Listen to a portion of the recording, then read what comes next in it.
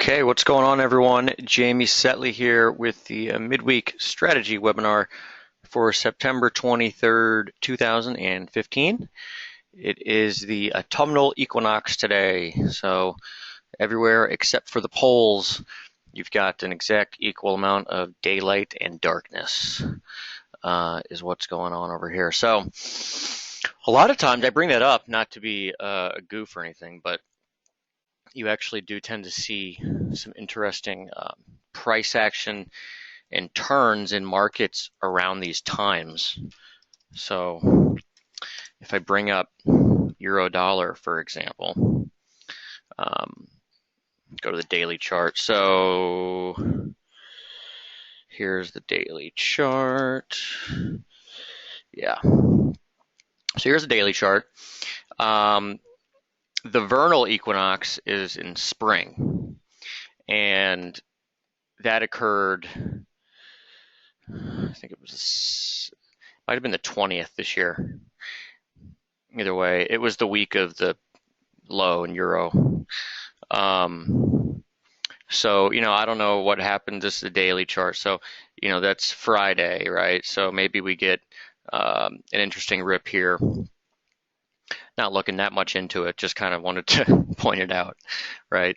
It's not like we've had a crazy trend move into this so-called important window of time. Commodity currencies, I guess you could argue, like the Kiwi dollar, actually, you could say might be in that boat, because we're actually, if you didn't, disregarding the spike, if you will, from the 24th, today would actually be a new low for the trend move, all the way back to, not just obviously when the top in April, but going, all the way back to the top in 2014, in July 2014. So we have had, we're coming into, Kiwi is a place that I would actually kind of pay attention to as far as potentially having a reversal risk, if you will. At this point, you're clearly kind of just picking a bottom. There's no setup here. Just kind of wanting to point that out. All right, so that said, let's just get to the setups. Obviously, we've been tracking, really been kind of tracking some bigger moves over the last few weeks, with the writing about the pound a lot, and the big bearish potential there. And not just pound dollar, but some of the crosses as well. Pound CAD, of course, is one that we've mentioned a lot, and that's why I kind of want to bring your attention to the swing update from last night, right? So, rather than putting up the charts all the freaking time, because like you're probably sick of looking at it every day, but wanted to CAD, right? So watch list long CAD, right? Long CAD.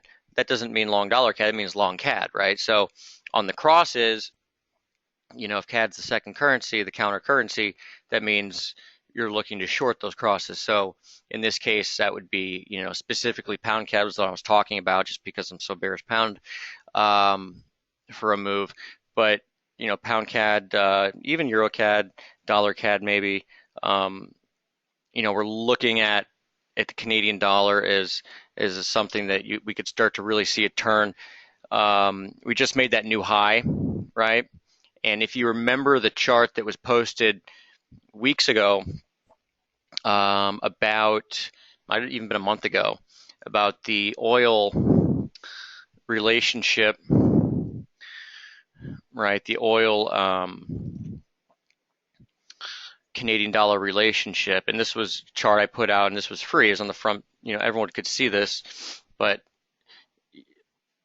people will probably forget about it anyway. So what we've got now is, obviously, crude oil is not at a new low, okay?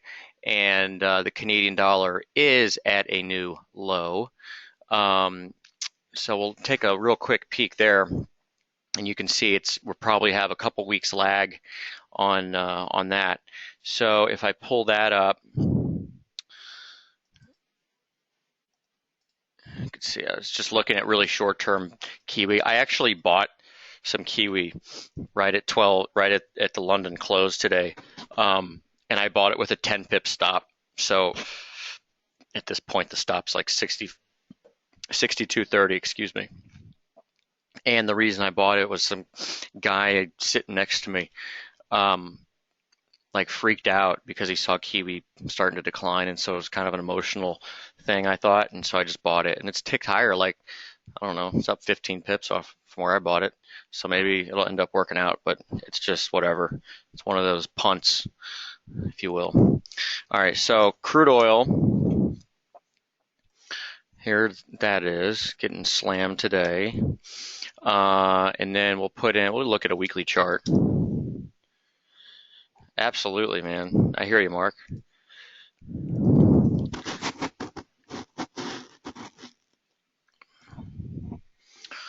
At Canadian dollar, all right.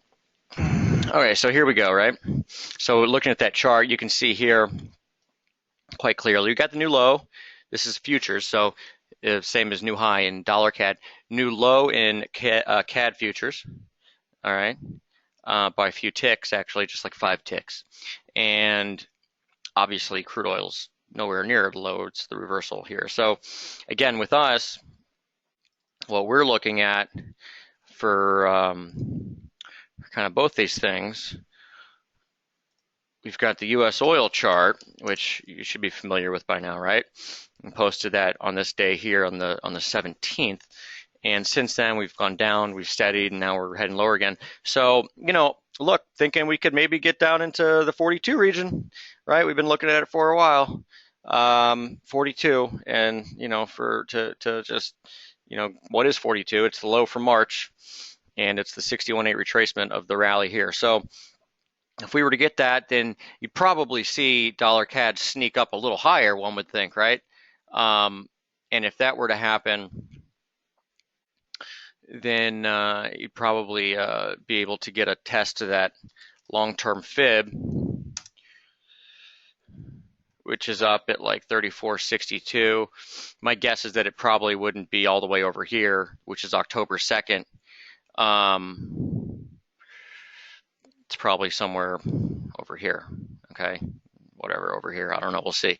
But in any case, the idea is the same, right? It's really waiting for signs of a turn, and I think that CAD is there. So, this is pure watch list stuff at this point with dollar CAD. Another thing to draw your attention to, and the mistake that a lot of people make when they look at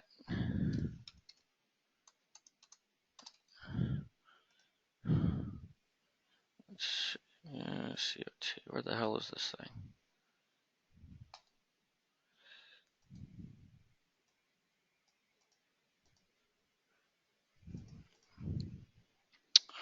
Hold on.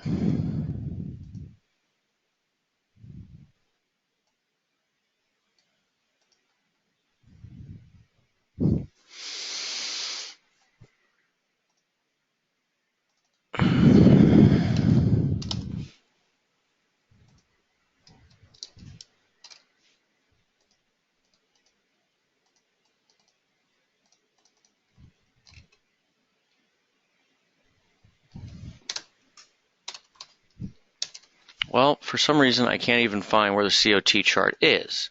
We'll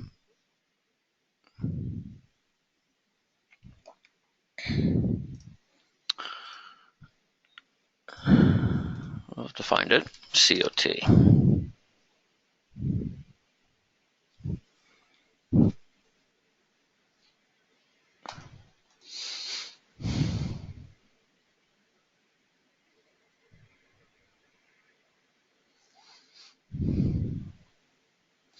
I wanted to show you where we've got this huge long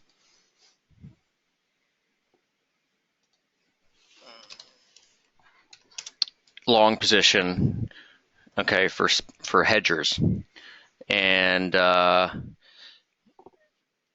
we've got just an absolute insane short position for speculators.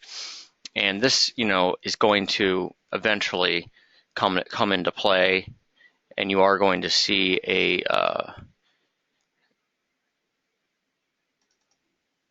okay, this should be it. Here you go. All right, so Canadian dollar. If we look at Canadian dollar, so here we go. You can see we got the new low in CAD today. Um, and then you can see, so, okay, speculators are red, and these are large speculators, and then blue is commercials. And going back, 10 plus years, you don't get this extreme a reading all that often when these two groups are this far apart from each other. Um, in most instances, you do get a pretty pronounced move, directional reversal, if you will. Although, look, it doesn't happen right away. So in this case, you can see the extreme happened in mid-August, so August 14th. So here we are, 6 weeks after that. We're probably about the right window of time to start thinking about this. Um, for example, we had a big extreme with these two. I guess that extreme would have been right there. Sorry, right there. This was in January, and you did get a move the next week, kind of like this one here, but then the bigger move really didn't start till 1, 2, 3, 4, 5, 6. 1, 2, 3, 4, 5, 6, 7, 8 weeks later. Okay, in March, that's when you got a much more important move or bottom. One that we had in 2013 actually was right away, but it was strong. It only lasted a couple weeks though, and then finally you had a really big reversal. This was a huge one. This was 2007 when the Canadian dollar actually took off to the upside, just huge, and that was the extreme in positioning was January 2007, January 12th, 1, 2, 3, 4 weeks later. So, we're in the right area, I think, to start thinking about a trading signal, right? So if you start to see a turn, we get like a key reversal day or whatever, something like that would be interesting. Also, dollar CAD. Let's see.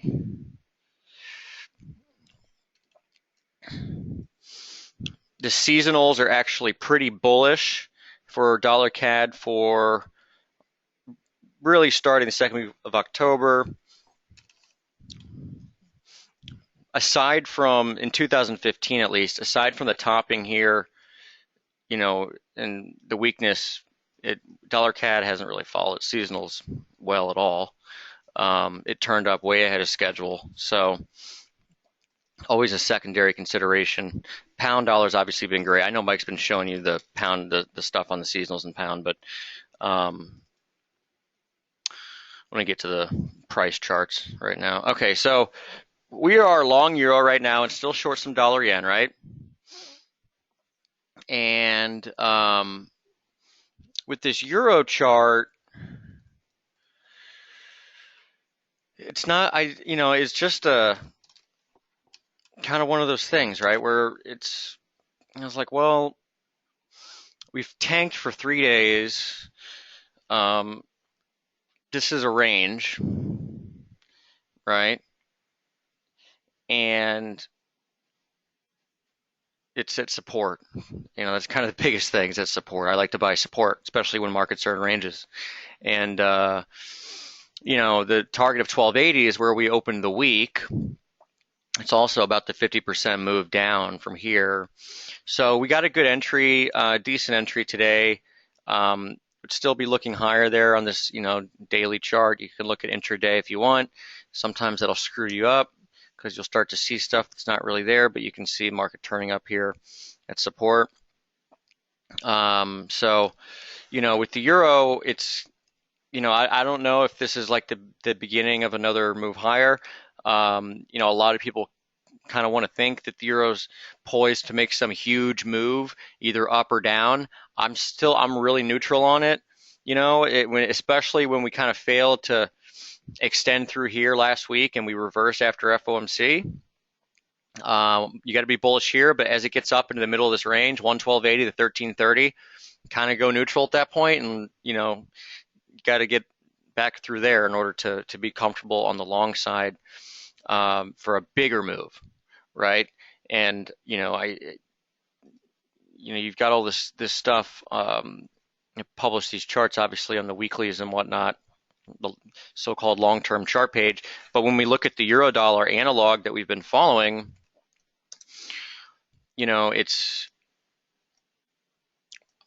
I'd be very worried about continuing in some sort of really kind of uh, tight, annoying, downward sloping range. So, if you get like a really big shot higher, something like this day, right? Then you might even look to fade it. So we'll see. 1280, 1330 is going to be resistance. Don't have much to comment on euro right now other than noting that, right? We got good entry on the long side, looking higher in euro dollar. But 1280, so 110 pips from here is where resistance really does start. 1330, would expect maybe some sort of a response up there too. And 1330 is just a former high, and I think the fibs actually line up at these levels, 1282, 1324. So there you go. So you got the levels there, and this would be a really short-term slope to follow here too. Okay, potentially. So that's it for euro. Not a whole lot to say.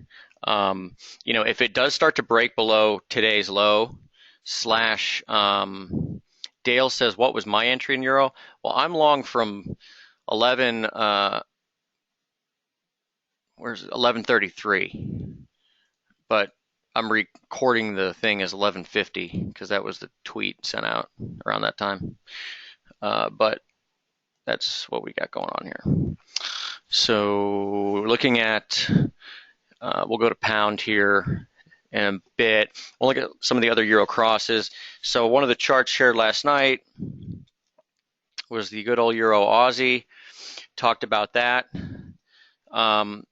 Unfortunately, as has been the case with a couple really big moves lately, the entry specified ended up missing by several pips. In fact, the low last night on my platform here, FXCM's platform, is 56.79. Had an entry at 56.75. Here we are at 59.30. Would be still looking towards 61, 75, 62.24. High day close, 62.24. Also known as daily reversal resistance, but not going to give up on not being long. You still might be able to get long here. Okay. In fact, the high here from, I guess that's Friday, and you can see it's in the vicinity of these former lows. So I'd be looking for support now, basically between these areas. So that's 57.78 to 58.11. And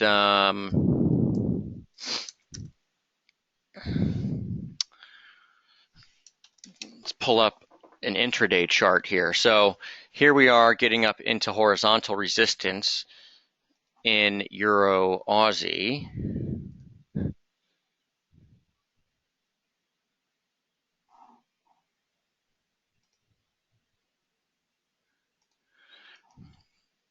Okay, so here's the levels, right?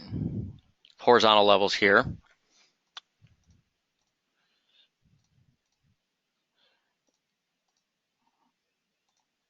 And then we've got the high from Friday here. Okay, so you can still be looking for support, maybe near 58.11 or so.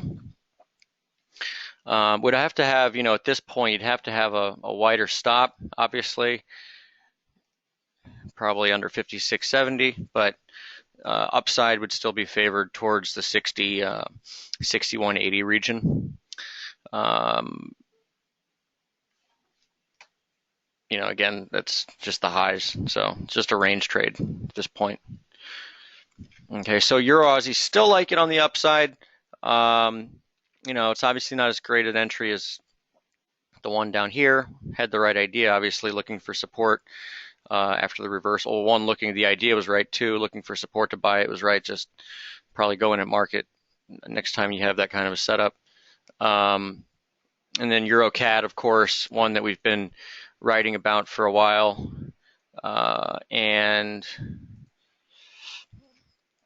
that thing was right on the money as far as the support was concerned. Okay, right there, as you can see, still looking higher here, but would most certainly be willing to flip or think about flipping on the short side if we got up here. Okay, up into that 51.90, 52 region. And again, this all is the same thing, really the same setup, same theme as the oil bottoming, trying to find maybe a low near 42 bucks. And dollar CAD finding a much more important top slash CAD finding a much more important bottom. I want to draw a real quick fib here. You know, I know that there was Mark, one of the members. He had asked, I think, last week about a wave count, and the one that I had suggested or what I thought was going on, actually, I think is the right one at this point, and that was a series of ABCs. In other words, A, B, something like this, ABC, and then we had, you know, good old A, B, C, right? And then in this one, you could end up having a an impulsive move higher. So you could have a 1, 2, 3, 4, 5, and that could be 3, 3, 5. You could have a 3-wave rally too. It doesn't really matter. Okay. The point is that this move down comes from longer term level, and it's a big reversal. Just look at the weekly chart, right? In that this whole process may be one of a larger top in which, you know, you kind of have larger A, B, and then we end up getting huge C wave down. But the near term trading is still higher and up towards the 51.90 area as mentioned. What I wanted to see was where you would get two equal legs from down here. So if we did that, holy smokes, that's awesome. I love it. This is cool as hell. All right, so check this out. The rally from 145.96, the low over here, you're going to have two equal legs at 151.89. Do you know what the 61.8 retracement of this whole move is, including the spike? It's 151.91. The high volume level is 52.12. In other words, the level that we thought was going to be awesome as a big area of resistance anyway is just that, and it's even more awesome now. So one, this is a level that I think is going to be attracted, we will be attracted to, the market will be attracted to, I should say. Not we will be attracted to it, but the market will be attracted to it. And so there's still time to get on board this thing as far as a long is concerned. And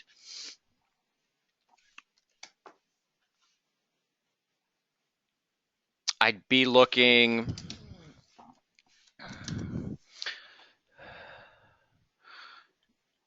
probably along this, you see this median line here? I'd be looking along this thing for support. So just because you had all this, it was resistance before. All right. Now keep in mind we are still long some euro dollar and euro CAD and dollar CAD. Now that it made the new high, I have a feeling it's going to be a little more tricky as far as back and forth and whatnot. So there is some risk there. But I would be also looking for, you get 5 waves up here, little pullback. Still look to buy euro CAD again for the much bigger move of up into 51.90 region, and then that, after that's completed or done or what have you, then we talk about getting short for something much bigger. Okay, see this thing? We could end up coming back towards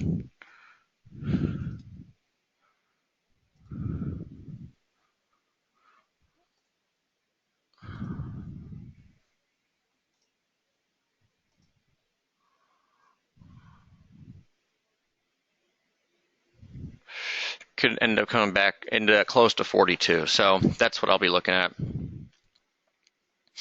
Raj saying, why is the market attracted to that level? I'm just wondering. Well, we don't know if it's attracted to that level. I'm kind of guessing that it is, though, right? And the reason is that it's a huge confluence. So again, 61.8 retracement of the decline is 151.91, okay?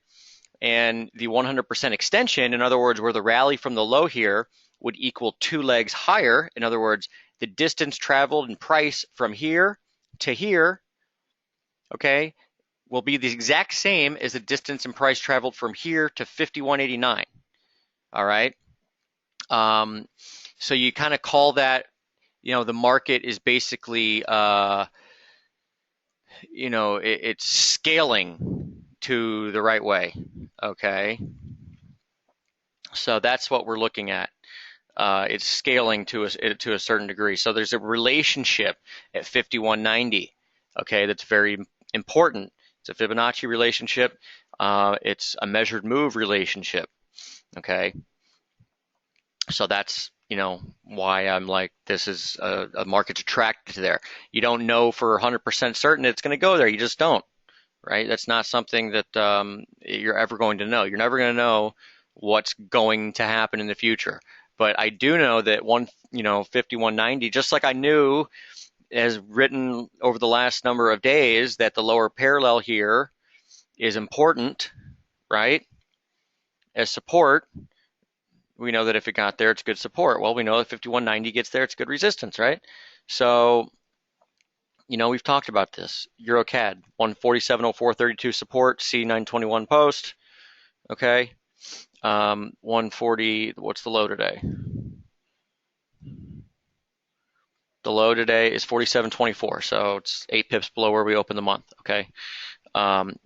So that was an attractive level, okay? Just like up here would be an attractive level to sell it. Okay, so we'll still be looking a lot here at these CAD crosses.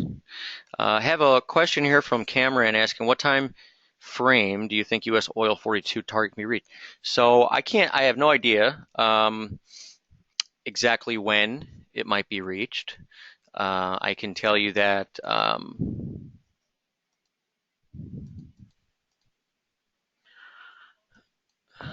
wrong charts here. What am I doing?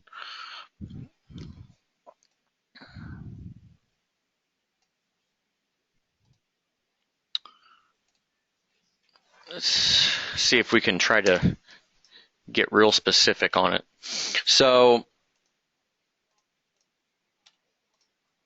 if we were to draw something like a pitchfork, this is probably not the right thing to look at.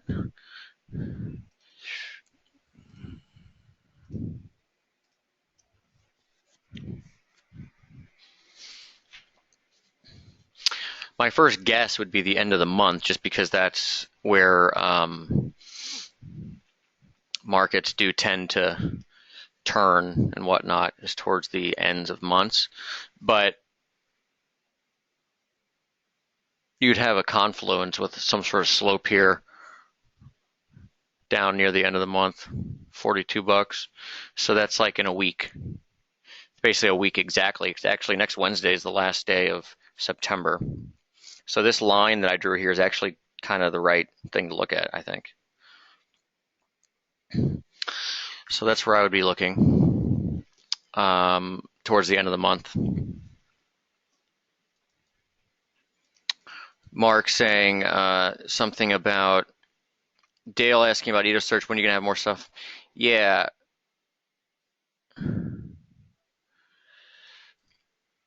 So we'll look at that here in a sec. Dollar yen. But yeah, EdoSearch, we'll have some stuff up. I mean, right now, just, don't worry about it. It's, you guys aren't being charged for it or anything at the moment, or you won't be, because to you guys it's free. But we'll be asking for feedback and stuff too. We just got to work out some stuff with them, and we'll have more on that in the coming days. Dollar yen was the question. And look, like I know you're fighting the urge to get out, you say, but let the market take you out. You know, there's a lot of downside potential here still, um, and it's unchanged today, really. But I would be, allowing it to do what it's going to do. If it goes, the stop is such that, if it goes through here, then you could see resistance back at 120, 120 area, which is where we opened the month. Okay, that would be your next area of resistance, and that would be a tomorrow. But the real big area of resistance, the bigger one, is up near 2250, and that's a confluence. It's the bearish upper parallel, and this is the really long-term median line, and it's the chart that you see when you go and look at the long-term charts on the website. Okay, it's like the weekly ones, like that one right there. So,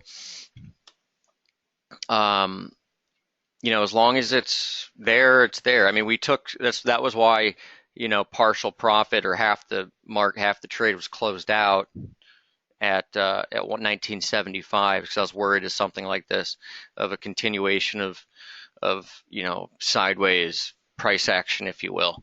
So remember, this thing, dollar yen, is probably in some sort of a triangle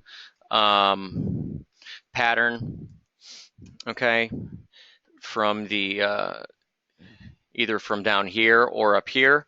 And all that means is that if it's down here, this is A, triangle B, and higher in C, and then look lower. And if it's the other way, if it's A and then this is B, C, D, E, remember, E waves and triangles sometimes are triangles themselves. What that means is that it's really frustrating. You just have to sit and wait. But the implication there is that it trades lower, and then you get a big low and it goes higher. So either way, there's going to be opportunities on both sides. The question is which way it breaks. So ironically, what happens with triangles, if it breaks higher, you actually start looking for a top from the terminal thrust of the triangle. If it breaks lower, you actually start looking for a bottom, because it's the final move in a bigger sequence. Okay, and then don't forget, we have the huge long-term support down here. Confluence is really kind of like towards the middle of October and whatnot, which matches up with the seasonality actually really well. So, can't really, I know you're fighting the urge to close the short at the moment, but, let the market take you out is my suggestion. And if it does take you out, there should be better levels to sell it at anyway. Okay. So that's what I would suggest.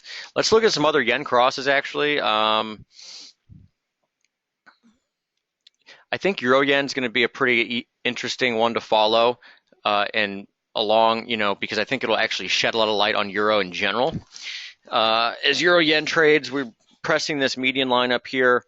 The better area of interest for resistance might actually be all the way at the upper parallel. You've got the 50 and 618 retracements of the move down that we had from the high last week, 917, and that's 135.80, and that would actually end up coming into play tomorrow at some point later in the day. And then you've got 135.30, which would be not till next week. So, Gary, also don't worry. If dollar yen gets taken out, it's not a big deal, right? Because if it does, we'll probably end up having a better trade on a different yen cross. Even if dollar yen doesn't end up setting up again, like for 120, 120 or whatever, 122.40s, like I'm thinking it might, then we might actually end up getting a better entry on euro yen, or for that matter, pound yen, right? And this is one that we had looked at over last week, talked about pound yen and talked about trading the so-called 50 lines, right? We looked at the 50 lines, we call them. And here was that example, the 50 line, just the line between the lower parallel and the median line. Same thing here, resistance. We then actually had the parallel extended from the gap, right? And we talked about that being a method that had helped us identify some important turns this year. Euro yen was one of them. It'll work this time too. So it, pound yen, if you do get a bigger, pop higher in dollar yen at some point, and if pound yen stabilizes at all, then yes, you would be looking for resistance back at one of these lines in pound yen too. Raj asking me, are you short euro yen and pound yen? I'm not short euro yen. I'm short pound yen. I've been short pound yen for a while.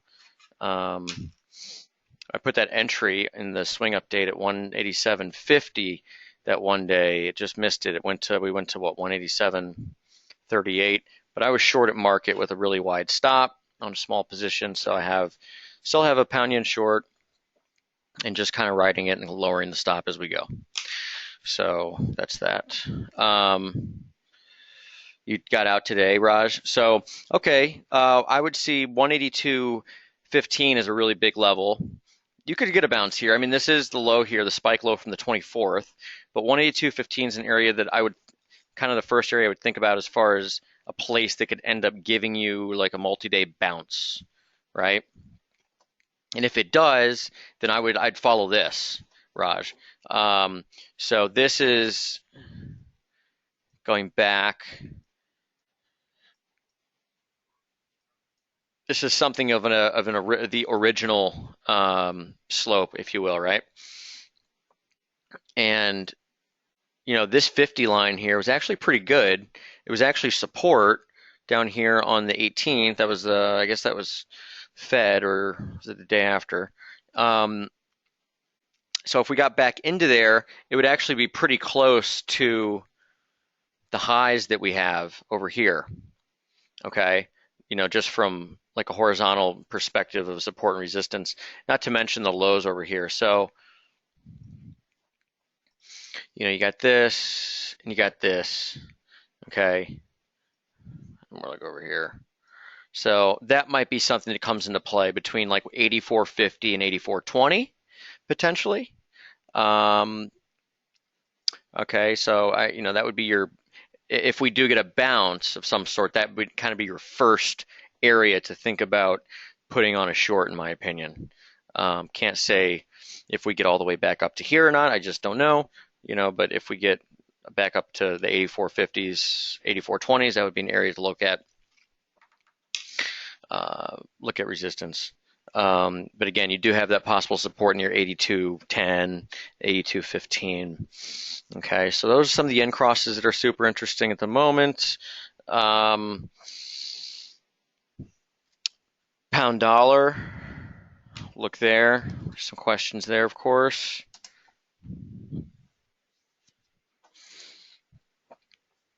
So cable, you know how I feel about it, right?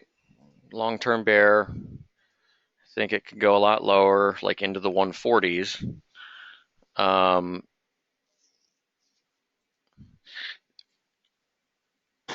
We're back at basically the same level though, of support that got us support back here on the 4th of September. So we're coming back basically into something that Mike pays attention to a lot, which is the opening range for the opening range for the month in cable. Okay, so we could get some stabilization around here. Another thing that I was looking at today, and things like this are really useful because they're really objective. But when you see the market down like 4 days in a row, like it has been, it's just fun to do a 4-day rate of change, And so I'm like, okay, 4-day rate of change. We've been down how much? Yeah, all right, that's a lot. And then you can see the times that we've been down this much. So for example,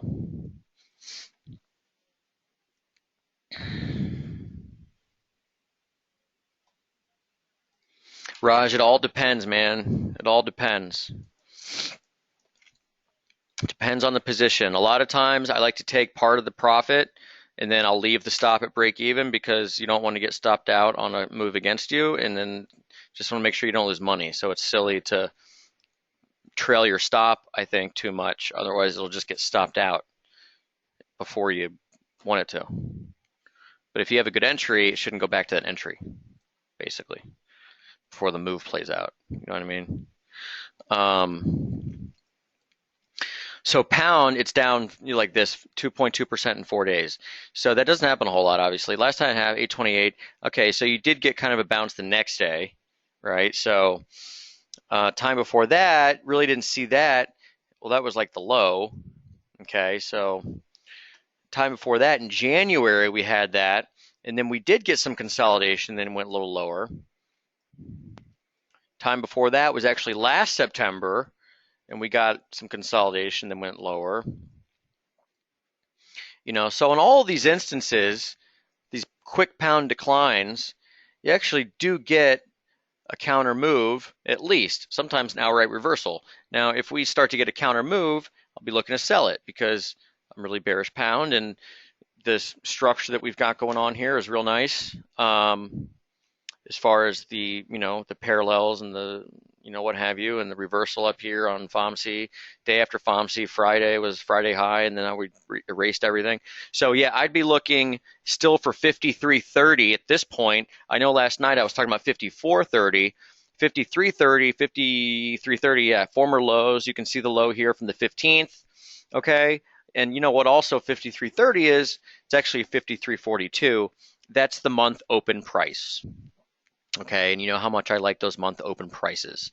Um, so that would be a level that if we got back there, that might be the spot to think about putting on a pound short, you know. And you got to take into consideration too, the dollar, you know, the other side of this trade, right? We've got a nice, I've just looked at my platform. I see Euro's almost at 112. So that's cool because we're taking it higher. So, okay. Not sure what's going on right now, but I don't really care. Um,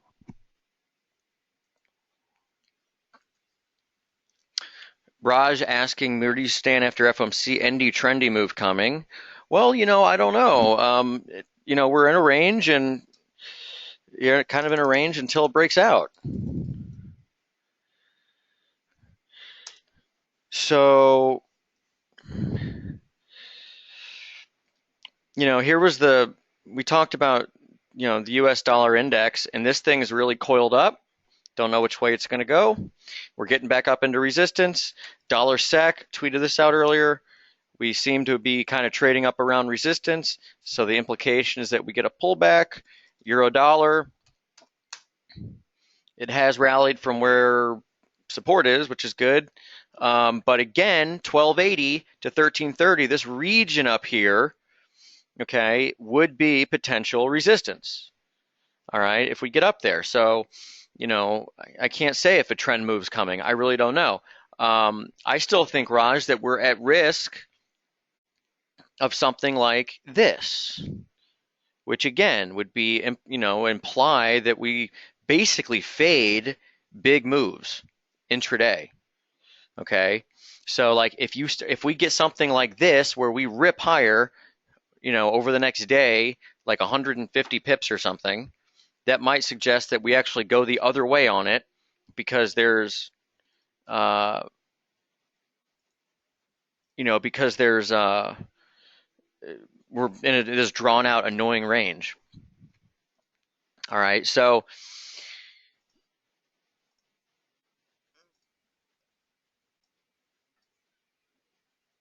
let's see. I haven't looked at really any bearish forks here. I wouldn't really look at that one yet because it's steep and it doesn't touch the median line. If you draw it off the close, you got pretty close. That might be one to look at, but I'm not going to do that right now. Don't want to screw with that stuff. So Euro's ripping, huh? It's not just, it's kind of the only one it looks like. Dollar yen's not really doing much. So Ali asking, is this, yeah, we've got an outside day reversal in Euro right now. So um, certainly. Okay, again, 1280 is where you're looking up on this thing. Yeah, the all euros all rallying across the board, it looks like, right? So yeah, 73.40s, euro pound,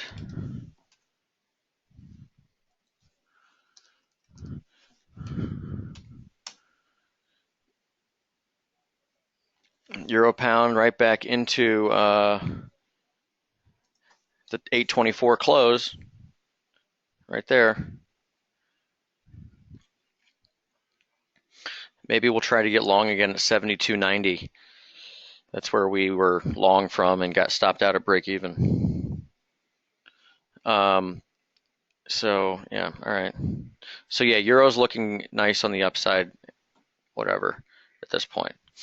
And um, wanted to look at where else do we want to look? So we did talk about. I know you've asked Ali about dollar CAD. We've talked about dollar CAD, and dollar CAD. Basically, I'm thinking that we kind of start to take any sort of signs of reversal seriously because we've got the new low in CAD, high in dollar CAD, not in crude oil, and there's a history there. We've got massive COT positioning, which is typical before reversals. One of the better setups for this, of course, is going to be pound CAD. Talked about it till I'm blue in the face lately. And here you can see what I'm talking about. So you've got this huge topping process. You do have a head and shoulders pattern. We were waiting for 206, 1030. Doesn't look like that's happening anymore. Um, it still could, I guess, but you do have something to follow on the short term here, and it's basically this little slope here. So we'll be looking at, is this an impulsive move lower? See if we get a fib on this. So 204.20.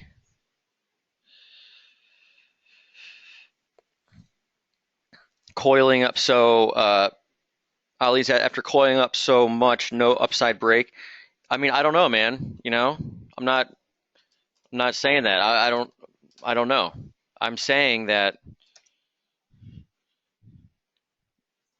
I want to be looking on the short side of this because I want to fade it.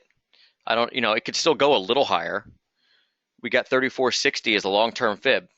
Okay, we do have the median line here, and that was support at very specific moments and very precisely. So that could be resistance now. Okay, um, you do want to see a close higher, right?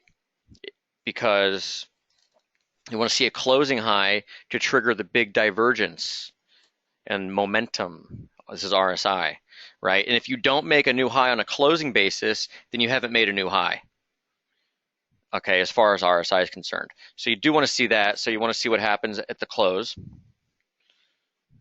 Um, yeah, basically, I'm not a buyer of this breakout. Okay, I'm more of like a looking to fade it, but I'm not fading it now, but I'm looking to do it. So that's where I am with dollar CAD. Yes. All right. The dollar index is actually a big spot. So that question that was just asked, do you think that euro could go higher from here longer term? Yeah, it could, right? It certainly could. It's certainly a possibility. Okay. I just don't know though, right? I have no idea. So like when I'm looking at euro dollar here, it's a great looking outside day setup. We're luckily already long from a good price. Um, but again, 112.80 to 113.30, kind of a level that, I'd be very wary of as far as a pullback's concerned. If it blows through there, then sure, maybe it's cool to get really bulled up for a longer term move. Okay. Um, and the analog that I keep talking about keeps coming back into play as far as, the 1997, 98 analog. And if that's the case, then we're going to be in a pretty hellish type of environment for a while. So, I would, the market, don't forget, we had just had like a 4,000 pip move over the course of not even a year, right? Typically, when you get huge, just like after huge trends, right? Huge trends, in other words, huge periods of consolidation, those happen before you get huge trends, okay? Huge periods of trends are then, succeeded by long periods of consolidation. That doesn't mean there's not good money to be made. In fact, you can probably make even it's more difficult because you got to be more active, but you can make a lot of money in ranges. Okay. Um, so, we could be in a range between we could trade up to 113.30 and then trade down to 109.40 and then trade up to, what I'm saying? Like we could still trade all over the place. That's all I'm saying. So, yeah, I like the euro on the upside here, and I like it until at least 112.80 in the near term, and maybe 113.30. Okay, but we'll just have to see. Okay, how the market wants to respond and how it wants to trade as it makes its way into resistance. Um, so that is that. My point is, don't get married and like assume just because you're long euro that it's going to go up like to 120 in the next 2 weeks. I'm not saying it's not, it's impossible. It's certainly a possibility, but there's so many people looking for such big moves now in the euro and, in general, but I think that's a product of the market that we've been in or that we just saw, right? People get used to big moves and so they expect them to continue. That's not how it works, right? The big moves happen when people don't expect them to, okay? Um, and the tighter range periods take hold when people don't expect them to. So that's all. Might as well look at the S&P because it's obviously, I'm sure, on people's minds these days. All right, so here's the S&P 500, setting up for that retest maybe of the 9.4 low, 1910, 1901 is the September low. The month open was actually way up here, so that actually could be resistance now. You could end up getting resistance at like 1968. Okay, and that would actually be really it'd be quite the confluence actually if you got 1968 resistance because you can see you've got the lower parallel, which was resistance before anyway. In fact, remember, it was the first resistance after the move higher off the panic lows. Okay, it was kind of resistance again. We did spike above it that time. And since then, we've gone through it a bunch, but it could come back into play as resistance. And if it does, it's in line with the month open at 1968. Okay, so 1968 is the level of trade in the S&P. On the downside, still would expect to see support at the volume level, if not before then. Again, this move up here, that just set it up for a retest of support, and support is either down here, 1900, 1910, or down in 1877. I think the trade is probably to sell up to 1968 at this point. Making a little comeback here today, as you can see, we're basically unchanged on the day. Remember, the way that the market's traded this year, the S&P, the seasonality aspect of it on an intra-week basis, you've actually seen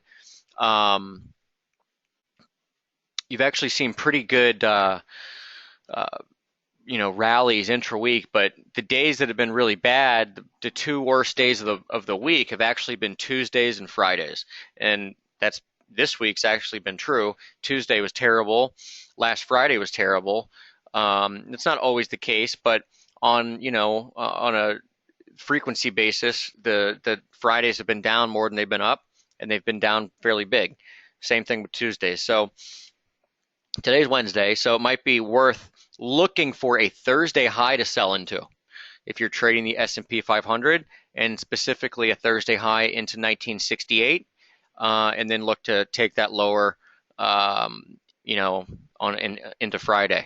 Okay, so that's kind of how I would see an S&P setup, and maybe that's true for the yen crosses too. So if we get that big of a move higher, then more than likely the rest of this dollar yen trade probably will get stopped out, and we'd be looking for resistance up at 121.20 and maybe 122.40 possibly, if we get that kind of a move. But we'll see. We've also it's hard to assume stuff like that too, because we've seen big 20, 30 handle moves in the S&P, and we've had like the dollar yen's moved like 30 pips, right? So it's not necessarily always tick for tick here, like it was during the August crisis period or whatever. So don't necessarily assume that, or don't get out of a trade just because you see one market that might do something. Never a good idea. Did have a question about gold, and there was also a question about Aussie. Definitely we'll look at gold real quick. Super important market to look at if you're trading the dollar. And I've said it forever. I'll say it again. I feel like gold's going to be a big tell on this market, is in the dollar, FX in general. So remember, this was the best original trend line or original fork we've had in forever, right? This was the original pitchfork back to 1999 up to the 1999 high and the 2001 low. The lower parallel from that structure, which was resistance for like years and years and years, it was then support for years and years and years, including during 2006, 2006, 2006, 2006. It was support and identified the low during the financial crisis in October 2008. And I wonder if it just identified the low in 2015, right? Because we hit that thing and we've rallied off of it, and we're holding it 2 months later. So here's the long-term trend line, basically a break above there, and gold's really bullish, okay? And that probably means the dollar's really bearish too. Okay, because over long periods of time, big signals, these things do end up, giving each other decent trading signals, or helping give you decent trading signals. And remember, this was a post that was, again, this was months ago, but dollar and gold prices, what's next? This was written, it happened to be the week of the low in gold, right? And here's like a long-term chart. This goes back, 40 plus years. Okay, so gold and the dollar, there's times when they don't move together, but generally speaking, big trending moves, they will move together, right? Whether it's up in gold and down in dollar, or up in dollar and down in gold. And the study here that was run was basically making 5-year lows in gold, but the dollar not making 5-year highs. In other words, you had divergence between the two markets. Okay, and when that's happened, you've had sizable moves in the other direction. In other words, gold higher, dollar lower. And that happened in July, and since then, gold has rallied and steadied. Nothing to write home about, but it's rallied and steadied, and the dollar has basically gone flat. It's gone up and down in a range. So that still could have been a big turn. In order for it to be a big turn, you've got to break through resistance, and then gold is very bullish. Okay, and on the daily chart, you can see it here. You still have resistance up here, looking to be about the 9-1 high, September high of 1147, 8/10, maybe a little higher near 1150. You break through that, same deal. It's bullish. Okay, until then, it's tricky. You don't want to be chasing within the middle of a range, because really it can go any which way. If it's in a range, buy its support. So in this case, support's 1107. Is where I'd be looking, because that's a trend line. You could see support near 1118, 1718, but I'd be looking a little lower, like 1107, which is the trend line and daily reversal support, low day close. All right. And next, we'll look at Aussie. Okay, so Aussie, I was coming into this week looking for support at this trend line. Obviously, that didn't do a darn thing. Don't really have much of a bullish setup on the near term here in Aussie, but I do want to show you something else. So sometimes really deep retracements, because look, the rally that we had in Aussie, this rally, I think it's actually part of a bigger um, you know, consolidation correction, if you will, that maybe gets back up into at least the 73.50 region, I would be looking at 69.80 as a region for support. Okay, you can see why. Besides being the low that we had down here, you know what? Also, this is the gray line. It's that long-term sliding parallel that goes off the 2009 low. Okay, and for those that don't know what that is, it's on the weekly chart, but again, goes way back. 1998 high, 1999 low, 2001 low. The sliding parallel from the 2009 level, okay, ended up being support. The lower parallel is literally a few ticks below it, okay? Um, so while Aussie is probably a longer term sell on bounces, if you will, I think we're actually at one of those points where we could actually get a bounce that, extends for several, months potentially. It seems very counterintuitive because of the whole risk situation and everything else, but the presence of this long-term support line in Aussie and the way we rallied off of it,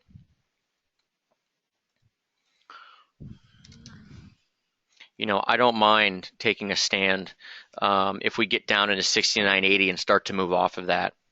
Okay, so, again, here we are. This is an hourly chart and, a little hourly reversal candle here a couple hours ago. I'm not saying that Aussie's going to go through the roof starting right now.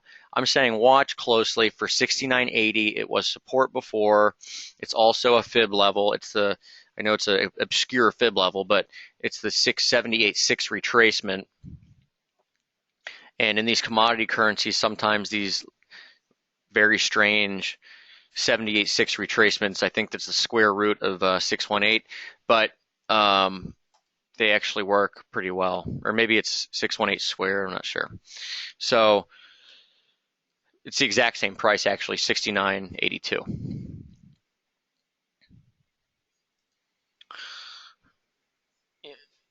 MLE says the decline looks really impulsive. Um, yeah, I mean, 1, 2, just because it's sharp doesn't mean it's impulsive. But 1, 2, 3, 4, 5, 6, 7. It could be a zigzag, right? You could have these could both be corrections. Correction higher, correction lower, correction higher. Another thing to look at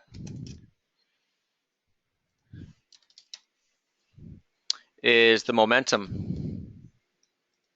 So here's Kiwi, and this I found interesting. Kiwi momentum. RSI is actually not even below 70, below 30 on the daily chart. Okay. Same thing here on the daily chart. In the daily chart, it's not yet below that level. So RSI is actually within more of a range type of environment than anything else. Aussie dollar, still bearish certainly on the daily. Just now getting into support, into 30 on the 4-hour chart. Okay. I don't see a trade here in Aussie. I would rather not look at it, but you asked me to look at it, so I'm looking at it. Euro Aussie is the place to trade, as we pointed out here last night, right? That's where the trade is. And this is still where I would look to trade. So Euro Aussie, we got, pinpointed support for a big move higher. If you got a dip back into near 58.10, that would be a level to look for support to buy. Okay. So that's where I would, if I, to trade Aussie, that's where I would look to buy. To buy Euro Aussie, so to sell Aussie, but I'd rather do it against the euro than the dollar at this point. Part of that is the dollar itself being up at resistance. Okay. All right. So it's 2:04, and I am going to wrap it up here. We're still riding some euro, some yen. Yen, I just kind of forget about it, let it do whatever it's going to do. Euro, pay attention to that because as it gets up to, or I should say, if it starts to get up into 112.80, you might want to, that's where I have a target on it, but that's where I'd really kind of watch it as far as a, potentially pulling back or even, eventually heading lower. I don't, it's just the 112.80 is where we open the week, and no matter what you think, these weekly opening levels, they do work well. So 112.80 to 113.30. 112.80 is also the 50% retracement of the move down from Friday's high, which was really sharp. It is impulsive, right? I mean, this is 1, 2, 3, 4. This isn't an impulse, so we should really be on the lookout for failure between 12.80 and 13.30. Okay, so it might be difficult to think about going short the euro and flipping so quickly, but it might actually be the right thing to do. And if you have problems with that, you might actually look at something like euro yen, right? Because if euro does rally up to where I think it could, and yen stabilizes or stays stable, or maybe even rallies a little bit, dollar yen that is, then we might actually end up in the upper parallel up here, 35.80 or so over the next day, which would probably be a really good short for euro yen. So anticipating some more euro trading. Euro's volatile. It's great right now, not just against the dollar, but across the spectrum. Good price action going on here with the euro dollar and other euro crosses. Okay, all right, so that's it. Ali, I did not discuss dollar Swiss today. I'll get to it when I think there's something really special to talk about. I just don't see it right now. Look at the long-term stuff. Still think there's a big long-term breakout at some point in dollar Swiss. Just not sure it's yet with the dollar, but we'll review as we need to. All right, take care. Have a good one, guys. Bye.